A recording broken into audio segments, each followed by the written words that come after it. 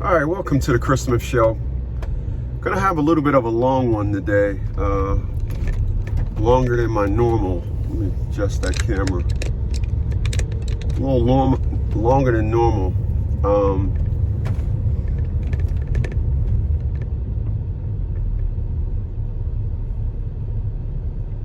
System.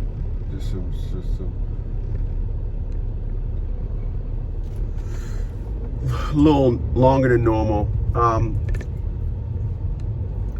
I have been seeing lots of videos being made about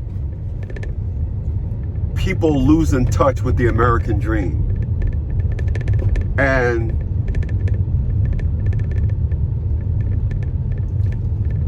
so I'm gonna say this. And I'm gonna use a crazy example, but just hang with me for a second.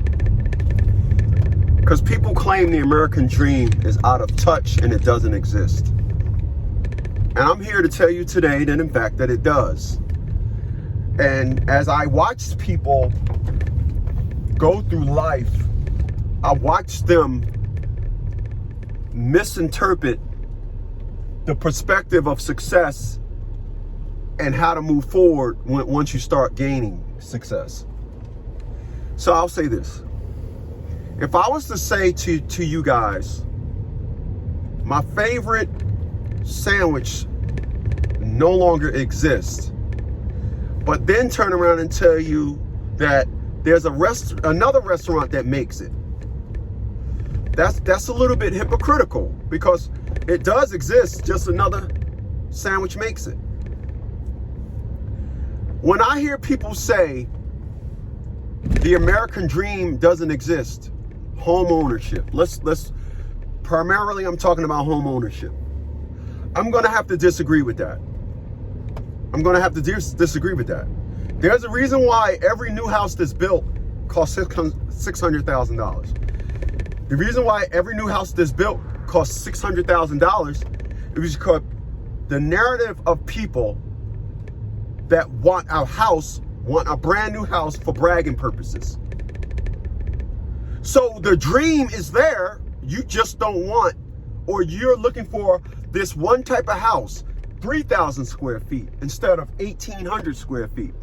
You're looking for that brand new car with the side marker warnings and the automatic brake control and the lane assist. You want that car, and that car will cost you $500 a month. I don't believe that because everything is so expensive, there are things that exist that are inexpensive. There are inexpensive.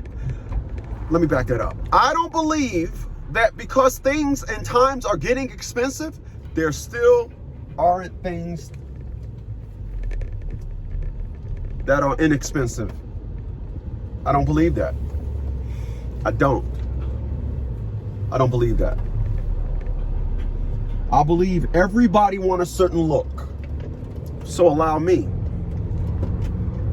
When I got approved for my house to buy a house, not mine, because I didn't have mine in sight. When I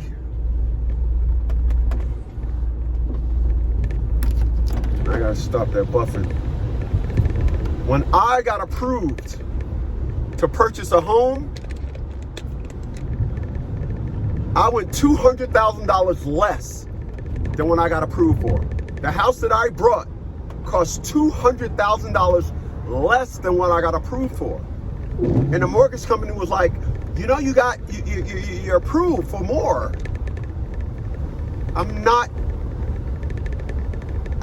I have a $754 mortgage for a reason. And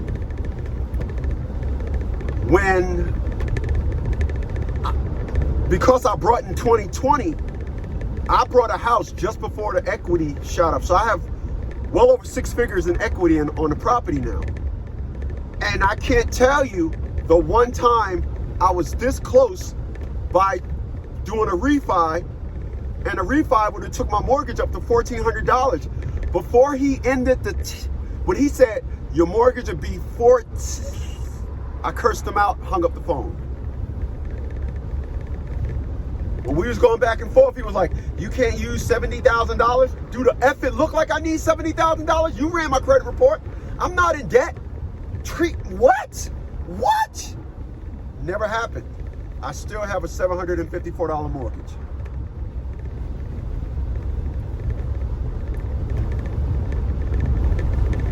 I save about $6,000 a month. When I brought the X3,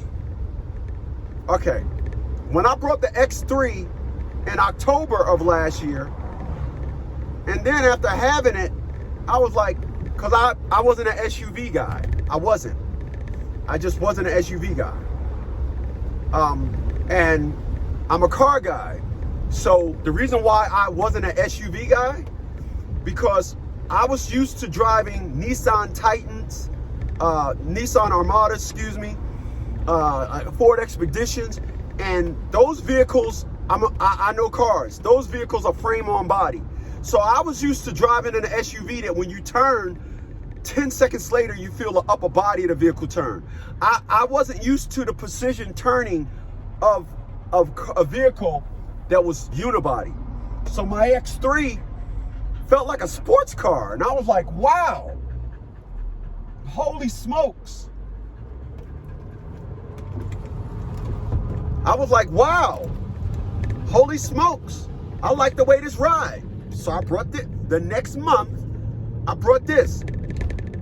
So I paid $6,000 cash 1 month, and then the next month I paid $8,000 for this. And I did that because I saved $6,000 a month. I was saving at that time. I'm down to about $4,500. Let's be clear. We're now in November, a year later. I'm down to about $4,500. Business slowed up, all right? But because business slowed up, I'm not, oh my God, I got to do this, I got to do that.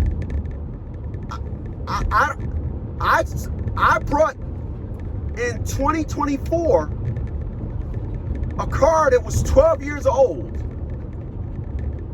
and one month, November, 1 year later, I had no problems with it. It's a diesel.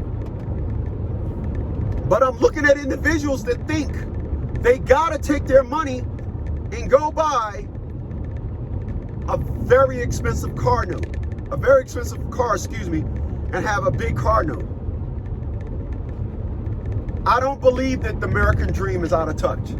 I just think that what's out of touch is people's perspective when they buy a home. It's gotta have archways. It's gotta have big vaulted ceilings.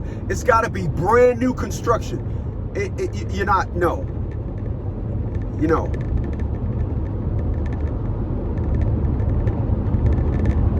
No. Like, share, subscribe, y'all. Catch you guys on the next one.